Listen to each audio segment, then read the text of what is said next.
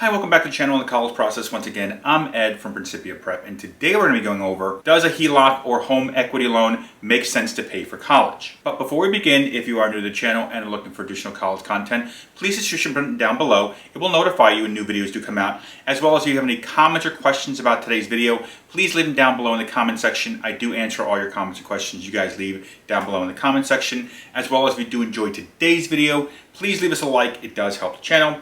As well as, once again, for the 22-23 senior year class of high school students, we are once again running the James Russo Memorial Scholarship.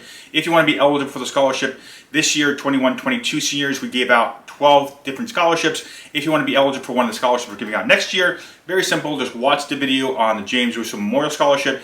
Down in the description is the link for that video, as well as also down below in the description is also our organization's Venmo, as well as our buy us a coffee if you want to help support the channel, allowing us to keep making these college videos for you guys out there. And all that being said, let's jump right into today's video. Does a HELOC or home equity loan make sense to pay for college? So every year around this time, I get a lot of parents calling and asking, what are the best ways to pay for college? And some of the parents do ask me, does it make sense for us to use a HELOC or a home equity loan to pay for the college cost? And for everyone out there that's wondering, in many cases it does and it doesn't. It all depends on your situation, obviously. So I'm going to go through a couple of different variations here of when it does not and when it does make sense to pay for your students' college educational cost. Now, for those who are new to this whole process, let me kind of go over what the HELOC and the home equity loans are. Now, HELOC stands for Home Equity Line of Credit. So essentially you go to a bank, you ask them to basically give you a line of credit on your house. So essentially you can use the HELOC anytime. You can borrow from it, you can leave it alone, you can borrow from it and then pay it off quickly or take your time. Essentially, you can do whatever you want with the HELOC because it's basically like a credit card,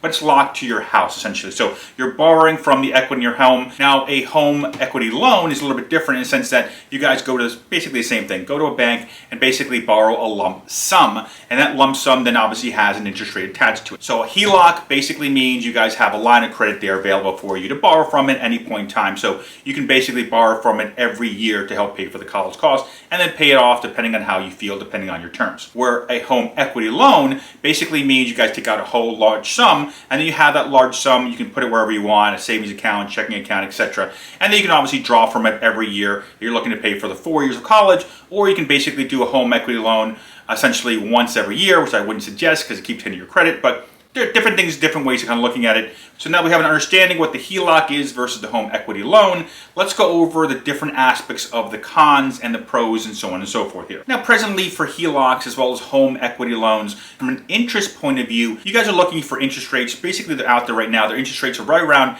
3 to 5% essentially. So it does seem like the interest rates for the HELOCs and the home equity loans are basically exactly the same for the private lenders and the state lenders as far as it comes to student loans themselves. So most private lenders, by the way, their interest rates typically start around 3.5, 3.7. So right at the top, we're not getting much of a buffer here, let's call it, much of a better interest rate we would be getting if we went HELOC or home equity loan versus going a student loan, private student loan, or a state loan. So one of the cons, unfortunately, is so you're not getting much of a spread here, at least not a benefit here, at least not a big benefit here as far as interest rates go. So let's talk about fees. Now, when it comes to private student loans, as far as Sallie Mae's, Discover's, Wells Fargo's, and so on and so forth, these guys do not have any kind of origination fees attached to their loans. The only exceptions here are obviously the NJ class loan, i.e. the state loans, which typically have origination fees of 1 to 3%.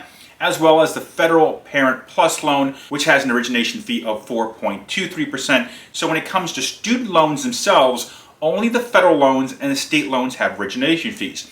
When you're looking at the HELOCs and the home equity loans, they do have fees attached in most cases. In the sense that most of the fees you will be paying anywhere from 2 to 3% of the loan when you take it out, or in some cases, obviously, you have the home appraisal fees, you have the lawyer fees, etc. So in another essentially con, unfortunately, another negative here of looking at the HELOCs or the home equity loans, right off the bat, I guess you can call it strike number 2, is the fact that you have to pay fees, where for most private student loan lenders, you do not have to pay fees. And then, of course, the third big issue, or I guess the con when it comes to the HELOCs or the home equity loan options, is the risk at hand. And this is what I mean by the risk at hand. If you were to go out and take out loans from the private lenders of hundreds and hundreds of thousands of dollars, and you guys aren't able to make any of the payments back, or just stop making payments for whatever reason, your situation deteriorates or things go wrong and you can't make payments, the loan company for the student loans has no recourse. Basically, they can't take your diploma. Your diploma is already in hand. To them, it means nothing. It's basically just a piece of paper to them. It obviously has value to the student, but not to the student loan company. Now, of course, you're probably wondering, well, Ed, they're obviously going to ruin our credit. It's going to drop our credit score for a student if they don't pay back the loan, which is true. But you can manage bad credit.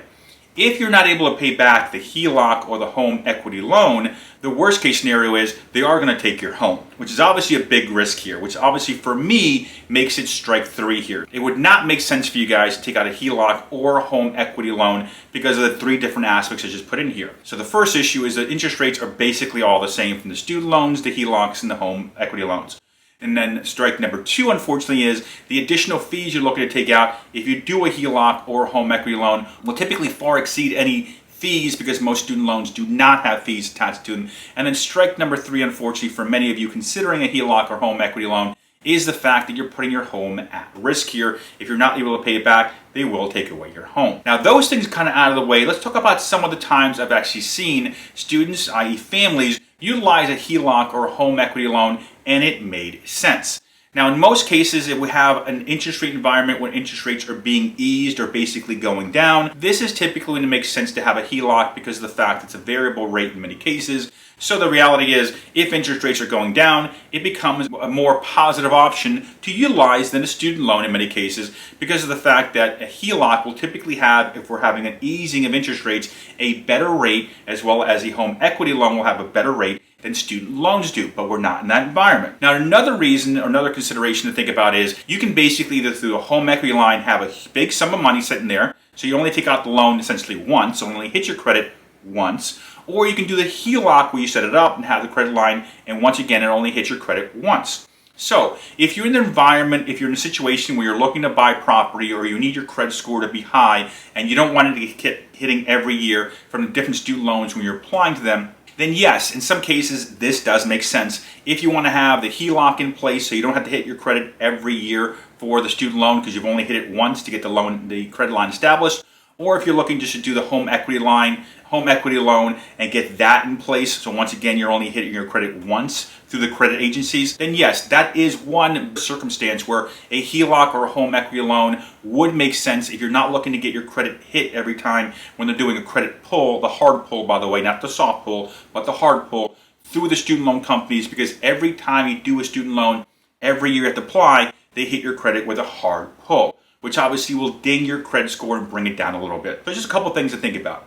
But for many cases, for many of you out there, the HELOC and the home equity loan do not make sense outside of those environments of a low interest rate environment or easing environment, or the fact that you need your credit score to not be hit often, at least once a year, from the student loans.